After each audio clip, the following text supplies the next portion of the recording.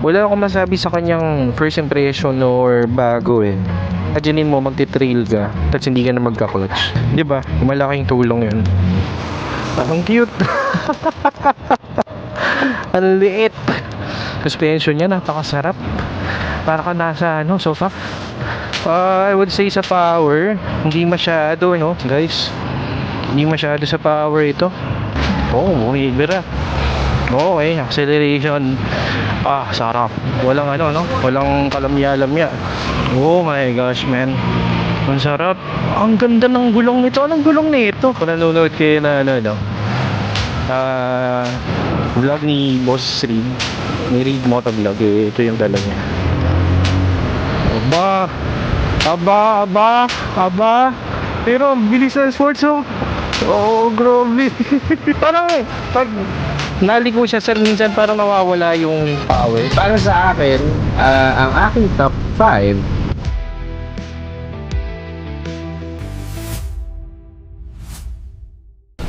Hi peeps! Good morning! Kaya tayo bumabiyahe ngayon papuntang SM Pampanga kasi may gusto talaga akong malaman. Bilang rider, madalas tayo manood ng reviews sa YouTube, magbasa ng specs, at magkumpara ng mga motor online. Pero, napaisip ako, tugma kaya talaga yung iniisip nating magiging pakiramdam ng isang motor sa aktwal na pakiramdam kapag nasakyan na natin siya. Kaya, kung nalaman kong may makina Moto Tiangge at Test Ride Consortium, sabi ko, ito na yung pagkakataon. Ngayon, susubukan natin ng ilan sa mga bagong motor ng 2026. At tingnan natin kung tama ba yung expectation natin o baka may mga motor na magugulat tayo kapag tinest ride natin. Kaya tara, samahan niyo ako. Pips, dito na tayo sa test ride area. So, dito ako ngayon Pips sa booth ng Honda Big Bike. So, ito yung una nating susubukan i-test ride itong NX500 E-Clutch. So, ito yung Honda booth pero sobrang daming brands dito. Ayan. This is the first time na masusubukan natin ang NX500 E-Clutch version Ang itatry natin itong blue So as you know guys sa mga nanonood ng channel ko, hindi naman nabago sa akin tong NX500. Ilang beses ko na tong nasakyan Di ba meron tayo mga expectations sa motor? Para medyo exciting tong test ride natin.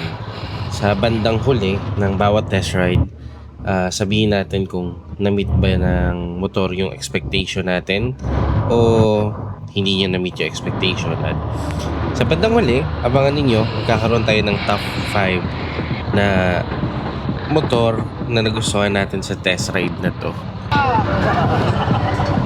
Ayan, so ano nga bang purpose ng E-Clutch guys? So hindi na tayo magka-clutch, hindi ako naghahawak ng clutch, nakados ako. So kahit shifting lang ang gawin ko Okay, so dito hindi na natin poproblemahin yung clutch. So focus ka na sa pagmamaneho, which is mas makakadagdag sa safety. Pwede mo rin naman siyang gamitin once na piniga mo yung clutch is enable yung manual mode ni NX500. So right now i-clutch muna tayo. Ito yung reason as to why nagte-test ride tayo ngayon Yan, so i-clutch. Ngayon tatry naman natin pigain yung kanyang clutch lever. Tapos tingnan nyo kung ano mangyayari So pigain ko siya. Ayan. Pwede ko pala bumomba So piniga ko na yung lever. Tapos pagka binitawan ko ito, pag binitawan ko siya, mapapansin niyo, mamamatayan ako, 'di ba? So ang gagawin lang natin is i-on natin to. And then tingnan natin kung babalik siya kusa. Kasi kusa itong bumabalik eh. Pag tumakbo na tayo ng dire-diretso, ayun, bumalik na siya kusa. So naka-i-clutch na ulit tayo guys, no? Pero yun, i-clutch na ulit siya. At ayun, alam niyo pretty much the same talaga ito sa sa old version. Bali ang kanyang difference lang talaga is binigyan kanya ng convenience na hindi na mag-clutch, no? So yun. And at the same time, like if you want to opt to use manual pa rin naman, eh nandyan pa rin, no? So yan, again, this is the NX 500 e-clutch version. Isa sa mga nabanggit doon sa changes for 2026 for NX 500 is nagkaroon doon ng tuning or adjustment, no, sa kanyang suspension, which is hindi naman ganun ka noticeable. Basta nararamdaman ko malambot talaga yung upuan nito at maganda yung suspension niya. So that's it, no? Yan ang ating test ride ngayong umaga for the NX 500. Wala akong masabi sa kanyang first impression or bago eh. Basta pwedeng hindi ka na mag-clutch. Para na siyang automatic, para siyang wave. So imaginein mo if papalitan mo tong gulong na to, pang trail, tapos gawin mong spokes. Imaginein mo magti-trail ka tapos hindi ka na magka-clutch, di ba? Malaking tulong yun. So yun talaga ang benefit na makukuha mo pag nag-i-clutch ka. I think additional 40-50,000 pag bumili ka ng unit na may e-clutch. Sir, thank you po. Sige, salamat sir. Madam, thank you so much.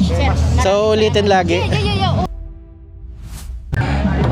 Okay, so suki naman tayo guys. V-Strom 160. Try natin. Naupuan ko na to nung Makina Moto Expo, no. So ngayon, try naman nating i-drive. First impression natin sa pag-ride nito, suspension, sobrang lambot.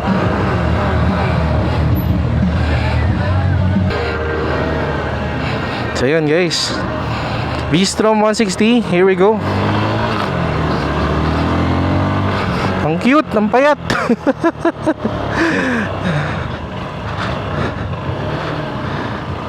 Ang cute. Ang liit. Akala ko ang laki nito pag tinitingnan eh. Pero pag ni-ride ko na siya, para kang maliit na motor. Ang sarap niyang i-drive, comfortable. Comfortable siya i-drive. Okay naman siya yung handling niya okay naman. Suspension niya napakasarap. Para ka nasa sofa. Iba siya sa paningin ko. Oo, iba siya sa paningin ko compare sa dinadrive ko na siya.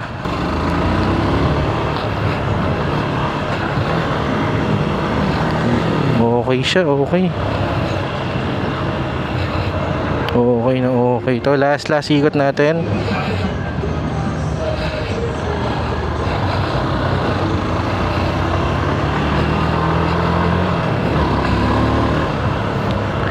I would say sa power, hindi masyado, no, guys. Hindi masyado sa power ito. Medyo malamya yung kanyang acceleration. Parang kang kabo. Pero nasa dulo kasi. Nasa dulo kasi yung acceleration niya, wala sa simula. So yun yung ina-explain ko yung sa simula. Hindi ko sinasabing wala tong power. Sir, DR160. DR, no? DR160.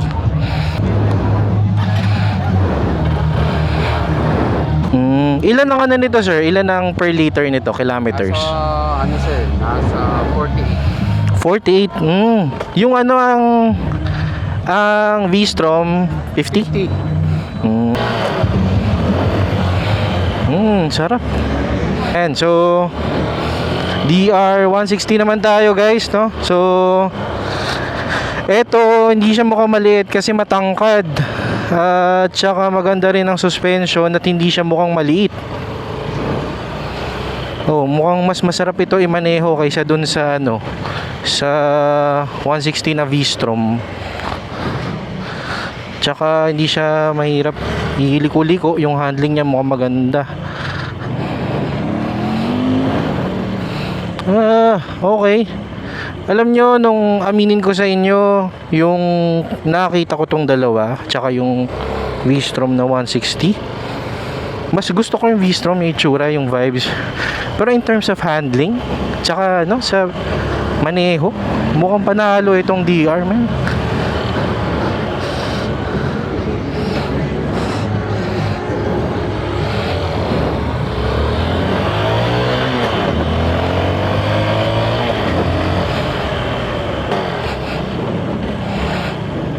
Wow!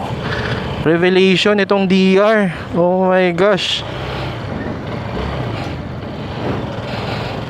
My gosh, yung handling nito, pre, ganda.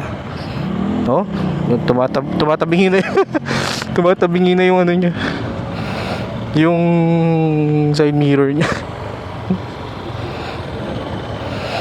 Okay, so I guess goods ito. You know, mas pabor na ako dito nung nasakyan ko siya kaysa sa V-Strom 160. Yeah.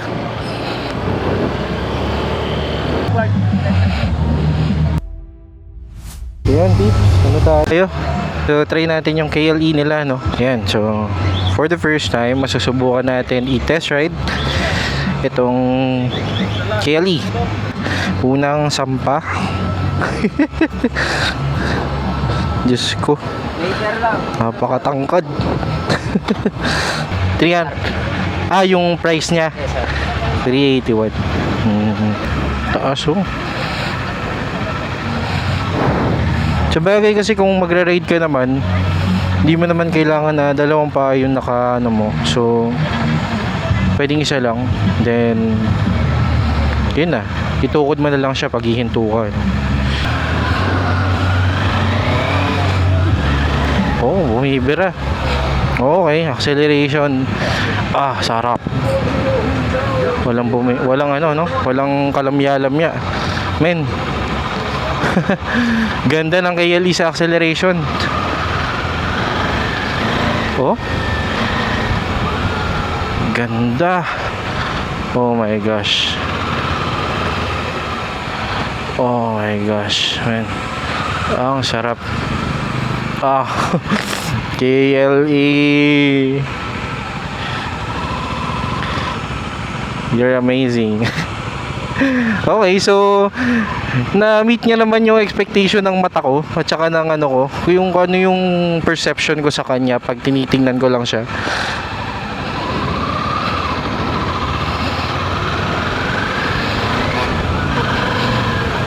Sarap.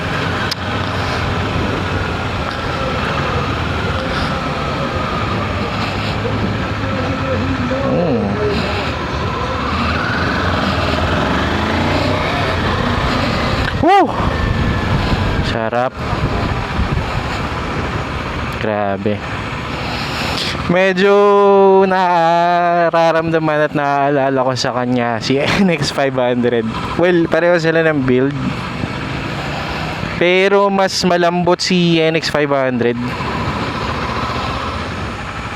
Ito, brusco medyo matigas makanto yung pakiramdam mo dito. Itayuan.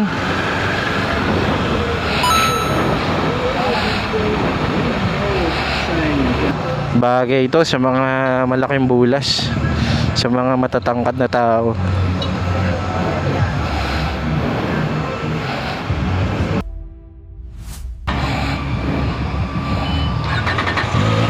Oh, 4 ba to? Inline 4? Inline 4? Inline 3. 3.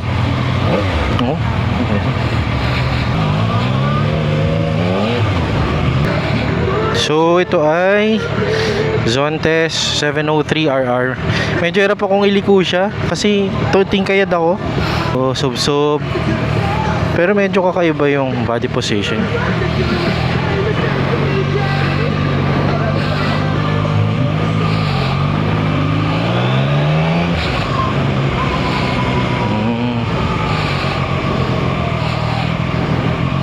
Ay, ang sarap. Ay, sarap. So, naka-eco tayo, no? Oh, ang sarap niyang ilin. Oh, di ka matatakot. Ang sarap niya ilin. Okay.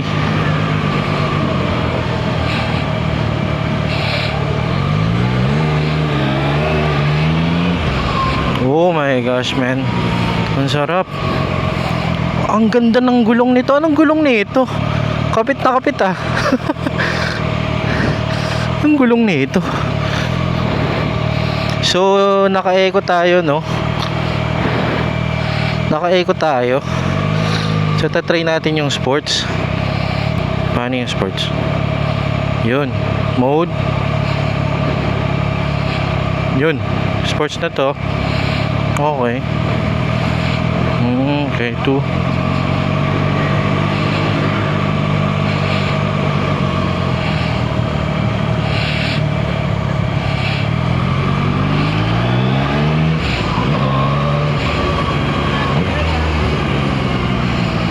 Oh my gosh. Ang sarap pilin nito. Ang sarap pilin nito. Kahit hindi ka marunong masyado mag-lean, pwede mo siya ma-lean. Grabe yung sports.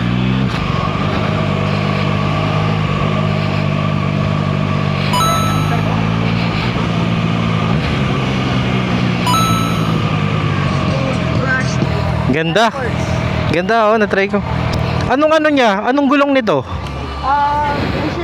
Michelin. Power. Ah, okay. Kapit ng gulong. Ganda ng ano, ang ganda ng kapit ng gulong. Ito kasi, lalo na pag pag sa stretch. Ito naman, beeps, try natin i-test ride. Zontes 400G. Tapos, ito na yung latest version. Parang version 2 yata. So, yung version 2, meron siyang cruise control. Yung version 1, wala. Wow, sarap naman sa pakiramdam. Okay. Ganda ng panel niya, laki oh. Kitang-kita mo yung ano, information ng motor. So, PSI, no? So, ito nga pala yung scooter na kung nanonood kayo na vlog ni Boss Reed, ni Reed Motovlog, ito yung dala niya. So, nagpalit na rin siya ng V2 kasi gusto niya ng cruise control. So, ito, subukan natin ngayon dito sa test drive. Sarap ng ano dito, upo mo dito. Pwede mo i-straight yung paa mo. Nakababa yata yung windshield ano. Natin. So, nag-ano lang ako, cruising lang ako. Gusto ko lang i-feel yung kanyang ano, yung upuan, handling. Oh, meron to. May bibigay to, oh. Power, oh. Meron siyang power. Aba. Pasikat, ah. Pasikat si Zontes G. Aba. Ang pusa. Ang lakas nito, boy.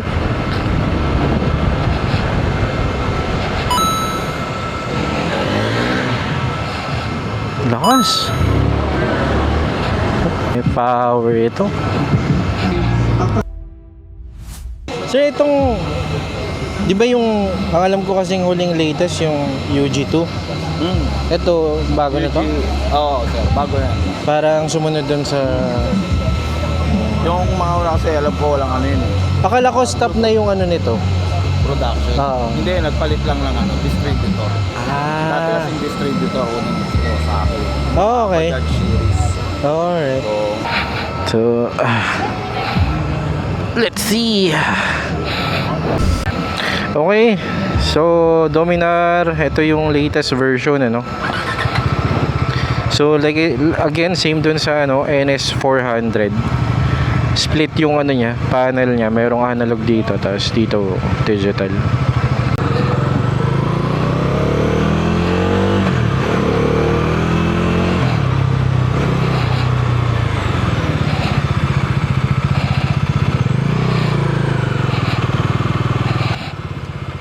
Ano nga ba ang bago dito sa Bajaj Dominar 400 2026? So, sa pagdating sa makina, nagkaroon ng downsize ang Dominar from 373 naging 349cc na lang siya ngayon.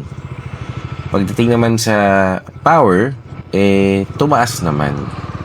Pero isa lang, 39 HP sa UG2, tapos dito 40 horsepower na siya. And then in terms of kanyang features, isa sa mga magandang feature na makukuha natin dito sa bagong Dominar is naka ride by wire na siya. So hindi na siya naka-wired. So we get the latest technology from Bajaj, no? And then ito pa, meron siyang riding modes. Merong road, may rain, sports, at off-road. So 4 yung riding modes niya. And then yung traction control na wala sa UG2, meron na dito sa 2026 model. And lastly, at pansin na pansin nyo naman, di yung panel, di ba? Ganda. So, ito yung green na sinasabi ko. Yung signature ng Kawasaki. Yung itsura niya. Yung bagong labas na Dominar, isa sa mga colorway niya is ganyan, kulay green. Ganyan yung pagka-green niya.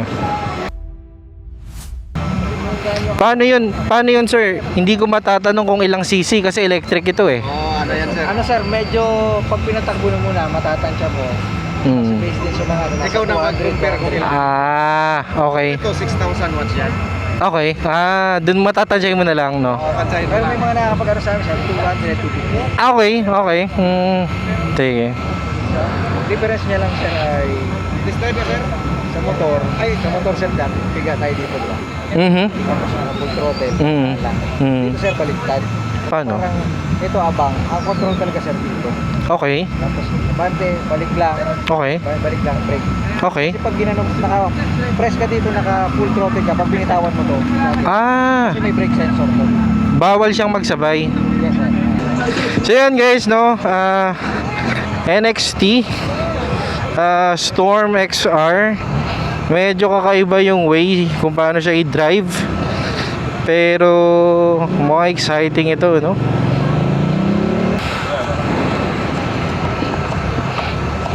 Yun. Nakakakaba. So ito yung 1. So kailangan muna nating gamayin ito bago tayo mag-sports daw. So try natin. Aba, napaka smooth, seamless ng takbo nito ah. Para ka naka e-bike. Wow. Alright. Nice. Ganda. Pag pagka sports, parang nakakaano sa kanya, nakakapanibago mag-turn sa kanya. Parang nawawalan siya ng power. Oh.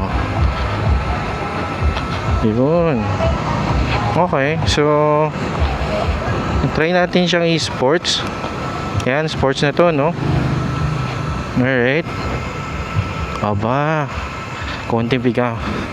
Aba, ang bilis. Uy, gulay. Kakatakot. Try ka dito sa nagpamaan.